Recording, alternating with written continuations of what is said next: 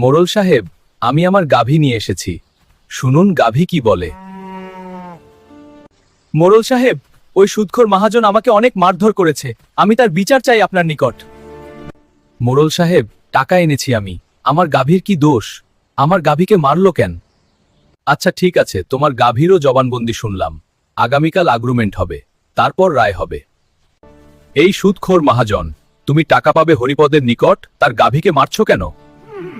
মোড়ল সাহেব, আমি গাভীকে বেশি মারধর করিনি, শুধু হালকা পাতলা থাপ্পড় দিয়েছি, আমার ভুল হয়ে গেছে সাহেব। আচ্ছা ঠিক আছে, আগামীকাল সঠিক রায় পেয়ে যাবে, এখন বাড়িতে চলে যাও।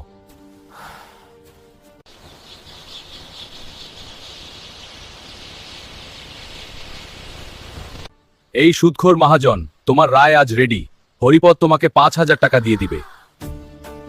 এই হরিপদ, তুমি এখন সুদখোর মহাজনকে 5,000 টাকা দিয়ে দাও।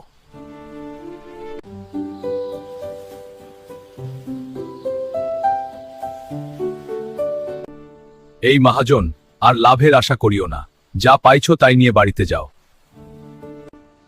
এই সুদখোর, জলদি বাড়িতে ইয়া, না হলে আবার লাথি মারিব তোকে।